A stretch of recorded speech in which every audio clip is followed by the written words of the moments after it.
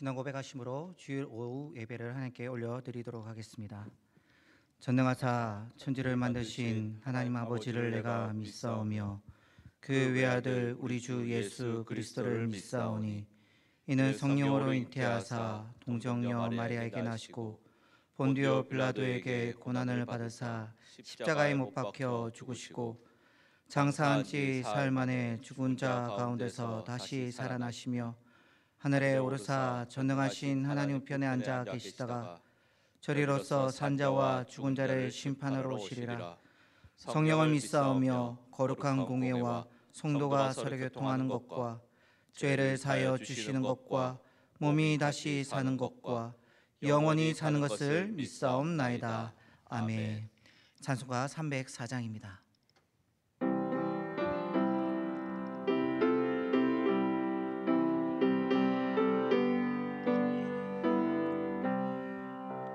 크신 하나님의 사랑 말로 나 영영 못하네. 저 높고 높은 별을 넘어 이 낮고 낮은 땅 위에 죄범한 영혼 구하려 그 아들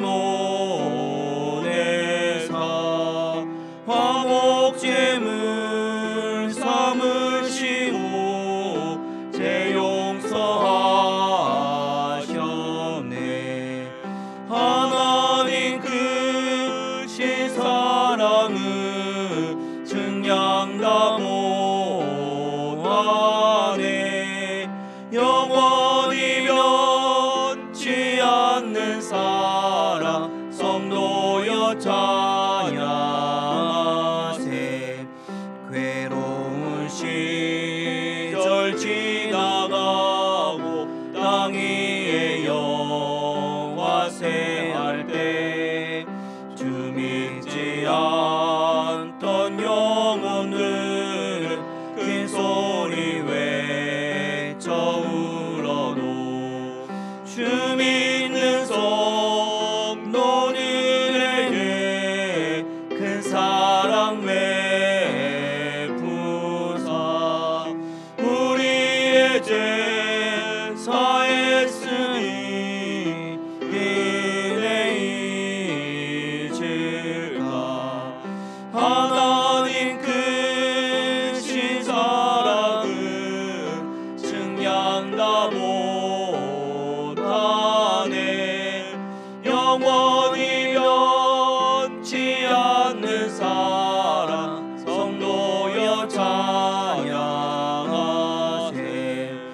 하늘을 두루마리 삼고 바다를 먹물 삼아도 한없는 하나님의 사랑 땅 위로 갈 수 없겠네. 하나님의 크신 사랑 그 어찌 낫을까.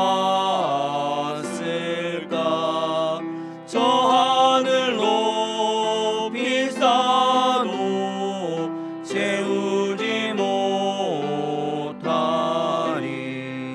하나님 크신 사랑은 증량다 못하네.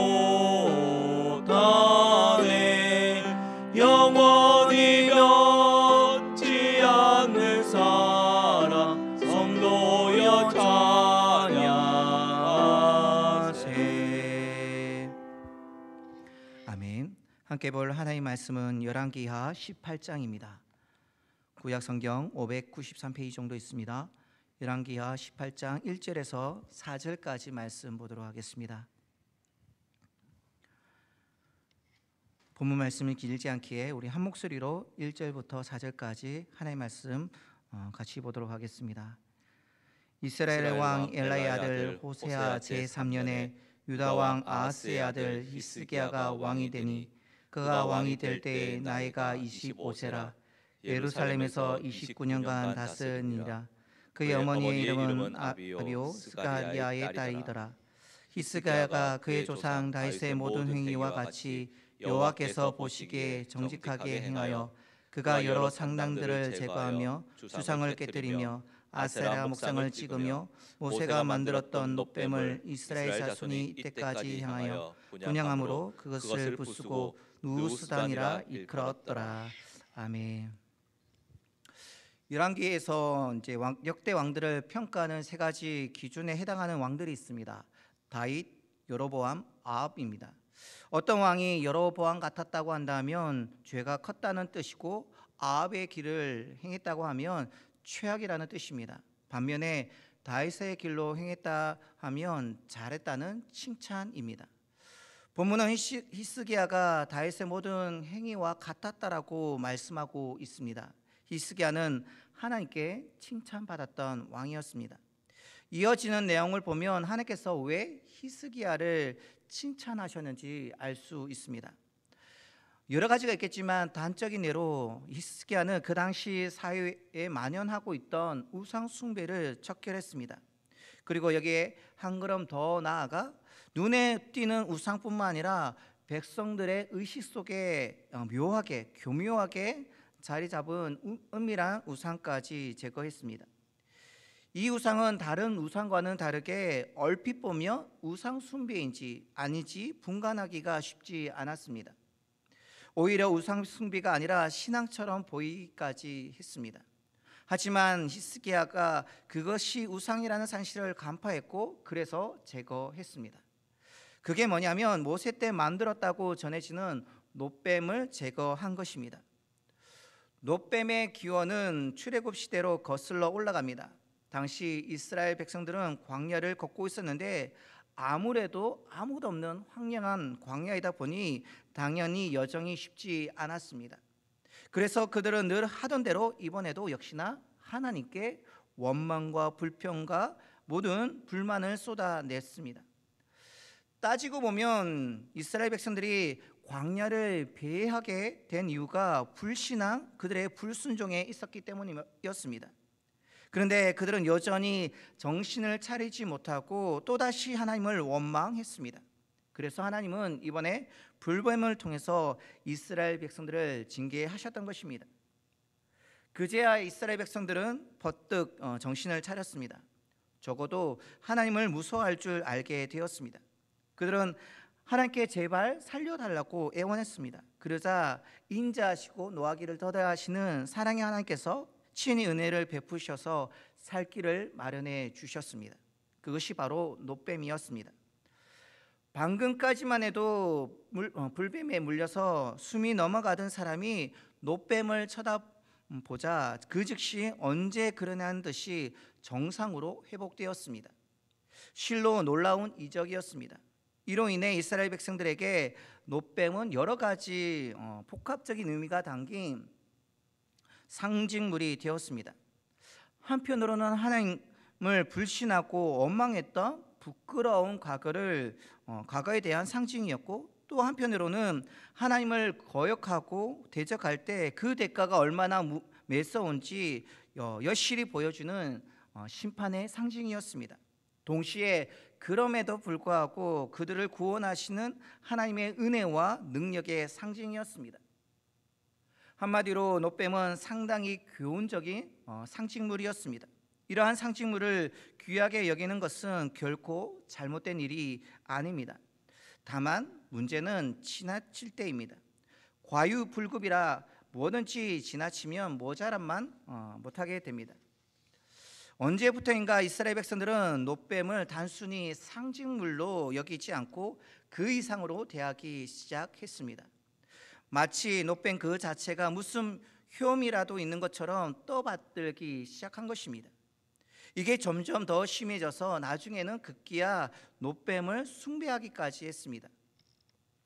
이스라엘 백성들에게 놋뱀은 더 이상 하나님을 향한 두려움과 하나님의 은혜를 상기시켜주는 상징물이 아니었습니다. 그들에게 놋뱀은 곧 하나님이었습니다. 이스라엘 백성들은 하나님이 아닌 놋뱀을 숭배했습니다. 히스기야 당시에도 놋뱀 숭배는 성행하고 있었습니다. 그들이 숭배하는 놋뱀이 모세가 만든 것인지 그 지위는 알 수 없지만 아마 모세가 만든 원본이 아닐 가능성이 큽니다. 왜냐하면 일단 모세가 놋뱀을 만든 당시로부터 너무나도 오랜 세월이 지났고 하나님께서 놋뱀을 보관하라고 명령하신 적이 없었기 때문에 그렇습니다. 쉽게 말해서 애초에 놋뱀은 단회적인 그 당시 하나님께서 깨닫게 하기 위한 징계의 도구로 도구였을 뿐 보관할 용도로 만들어진 게 아니었습니다. 그래서 그토록 오랜 세월 동안 그 원본인 놋뱀이 보존되었을 리가 없습니다. 그런데도 이스라엘 백성들은 원본도 아닌 누가 언제 어디서 어떻게 만들었는지조차 알 수 없는 그 놋뱀을 향해 제사를 올리고 있었습니다. 이 얼마나 기가 찬 노릇입니까? 어쩌면 이스라엘 백성들은 이게 우상 숭배라고 생각하지 않았을지도 모르겠습니다. 아마 자기들 딴에는 하나님을 섬기는 일이라고 여겼을 것입니다. 그들의 논리는 이렇지 않았을까요? 놋뱀은 하나님의 역사를 나타내는 물건이고 이러한 물건을 귀하게 여기는 것은 하나님을 귀하게 여기는 것이다. 그러므로 놋뱀을 향해 제사 드리는 것은 곧 하나님께 제사를 드리는 것이다. 어떻습니까? 어느 정도 일리가 있지 않겠습니까? 하지만 사실 이게 바로 우상 숭배입니다. 하나님이 아닌 다른 것을 마치 하나님처럼 떠받드는 것, 우리가 숭배하는 대상이 하나님이 아니라고 한다면 그게 무엇이 됐든 심지어 하나님의 능력과 은혜를 상징하는 놋뱀이라 할지라도 엄연히 우상 숭배입니다.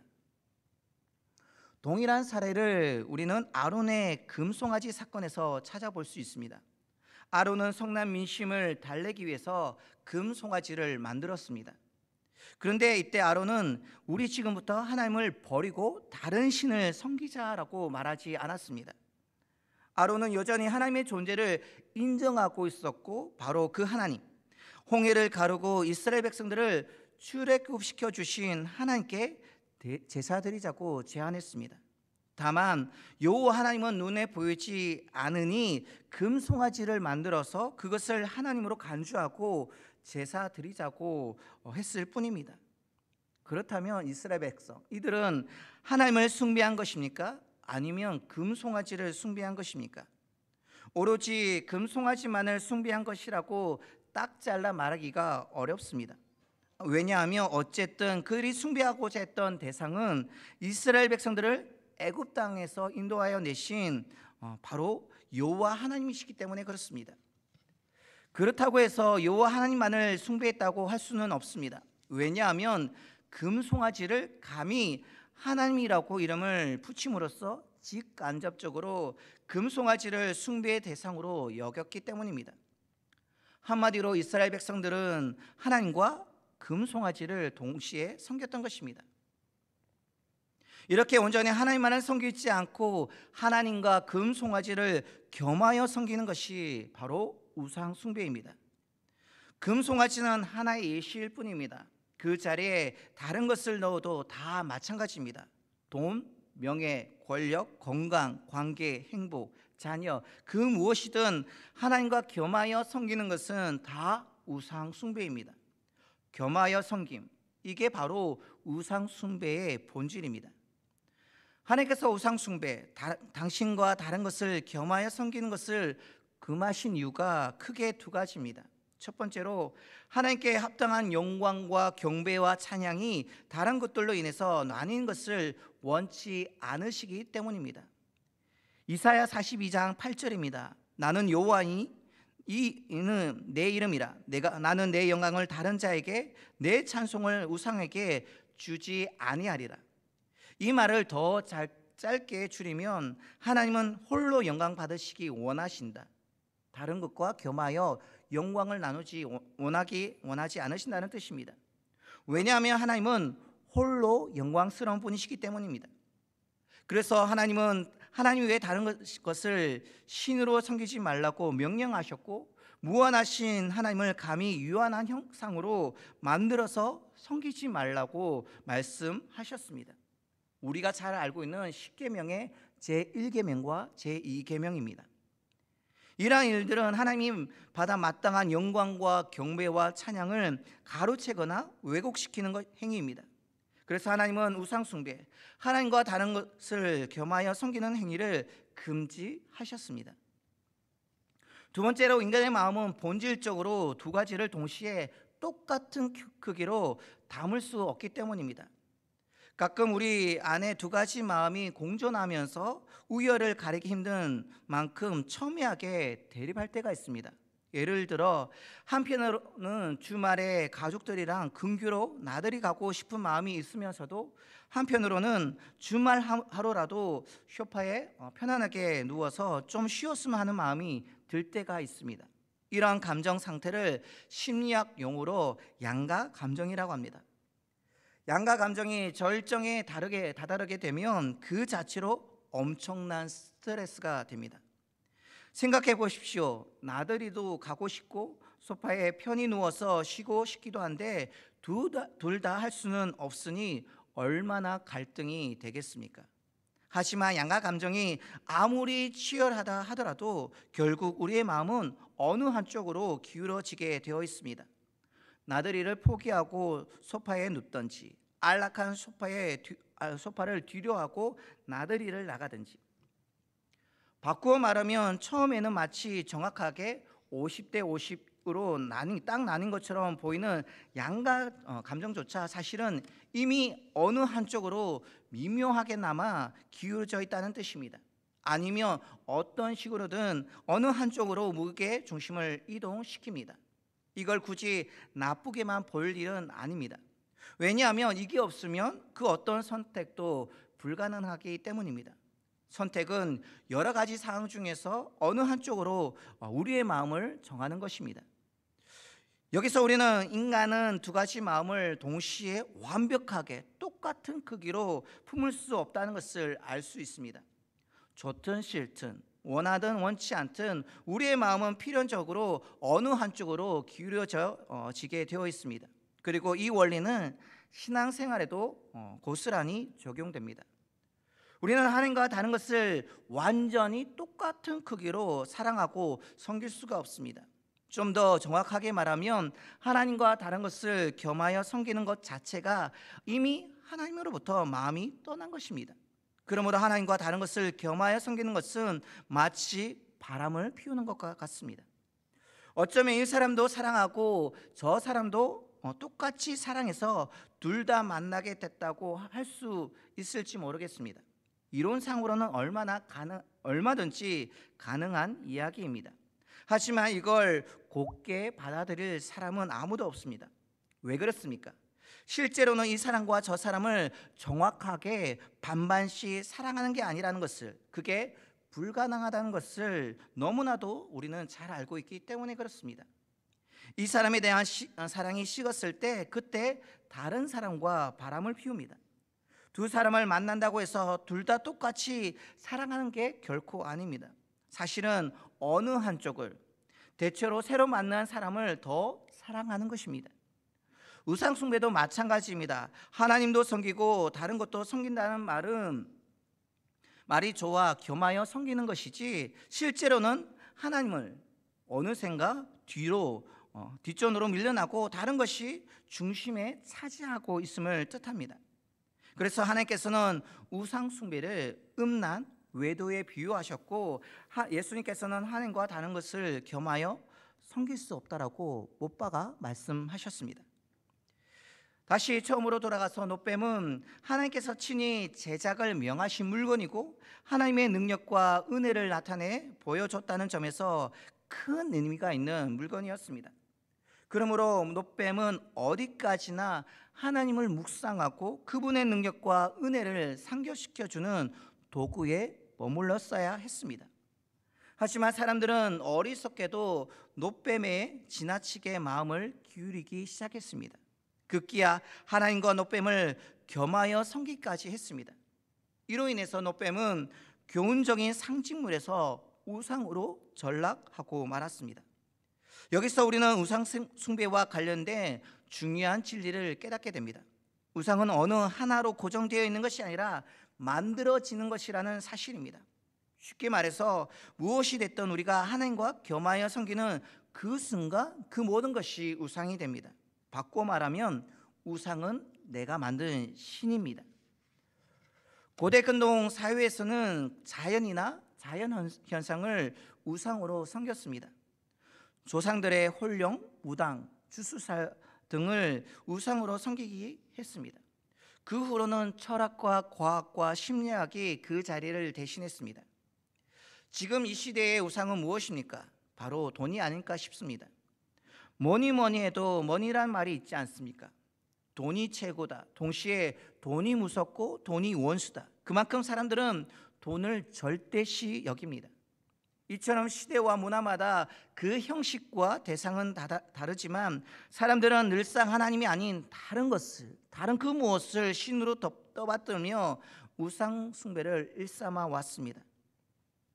그런데 주의해야 할 점은 이렇게 명백한 우상뿐만 아니라 노뱀처럼 소위 말하는 신앙적인 것도 얼마든지 우상으로 변질될 수 있다는 사실입니다.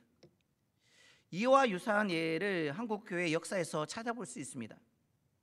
지금은 많이 사라졌지만 8, 90년대에만 해도 한국 교회에서는 기복 신앙이 그야말로 기승이었습니다. 교회마다 기도원마다 축복성회가 얼마나 많이 열렸는지 모릅니다. 기복이 무엇입니까? 하나님께 복을 구하는 것입니다.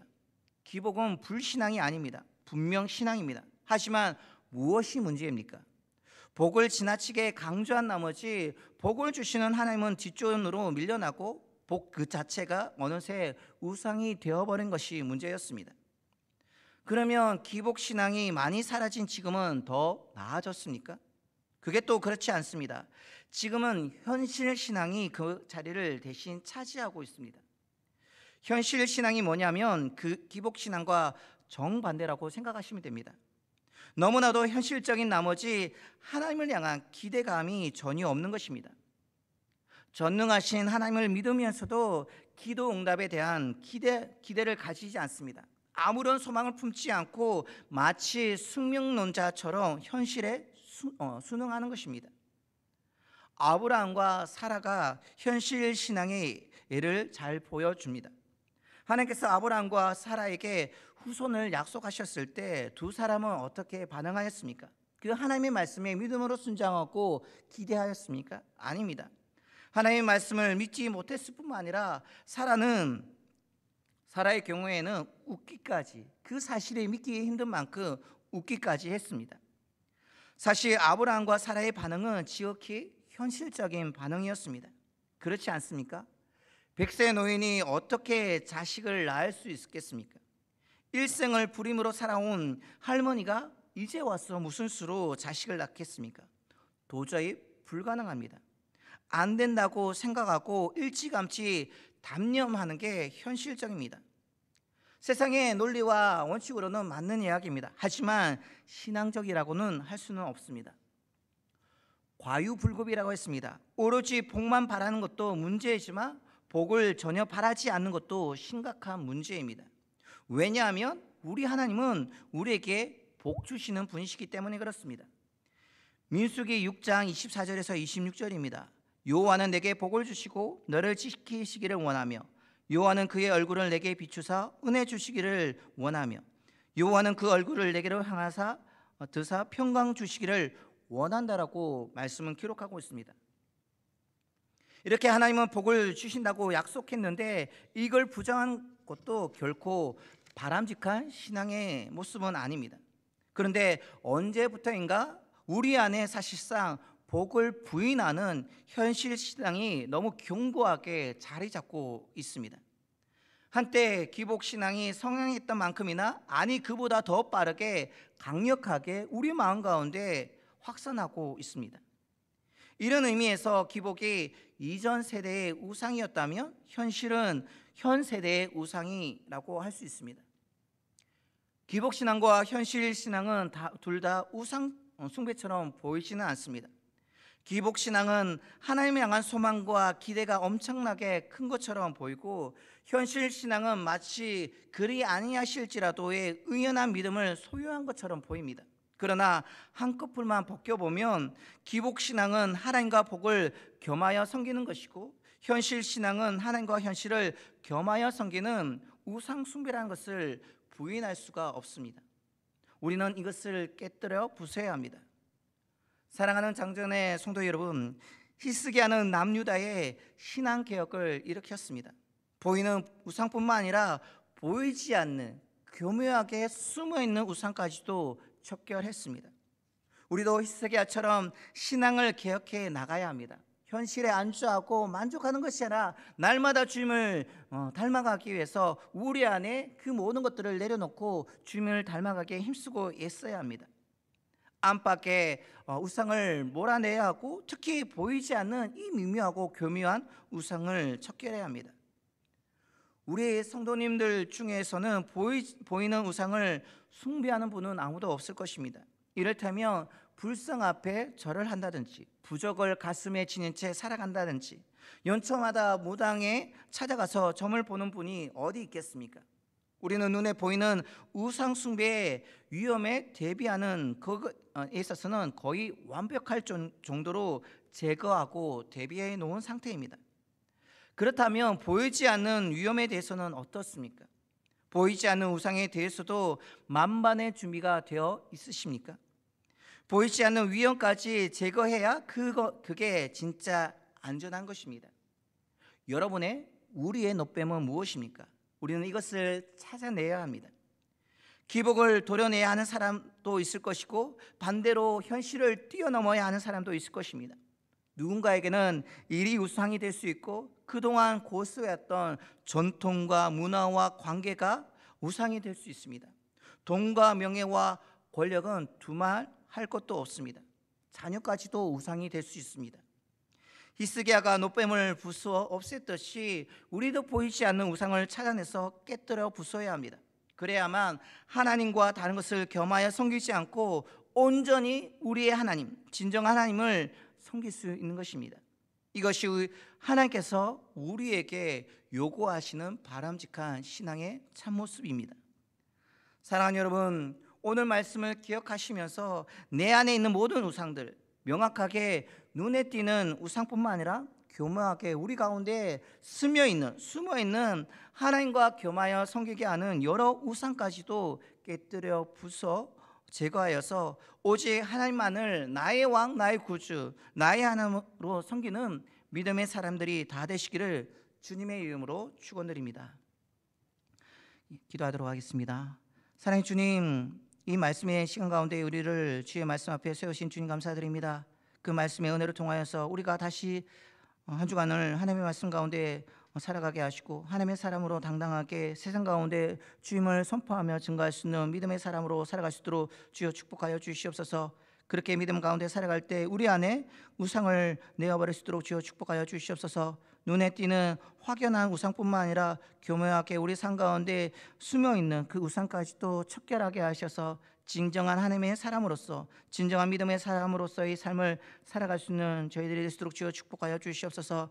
세상 사람들과 타협하며 세상의 즐거움과 만족을 위해서 살아가는 것이 아니라 고난과 어려움이 있다 할지라도 분명하게 하나님의 사람으로서 그 모든 것들을 내려놓고 주님만을 의지하며 살아갈 수 있는 우리 모두가 될 수 있도록 주여 축복하여 주시옵소서.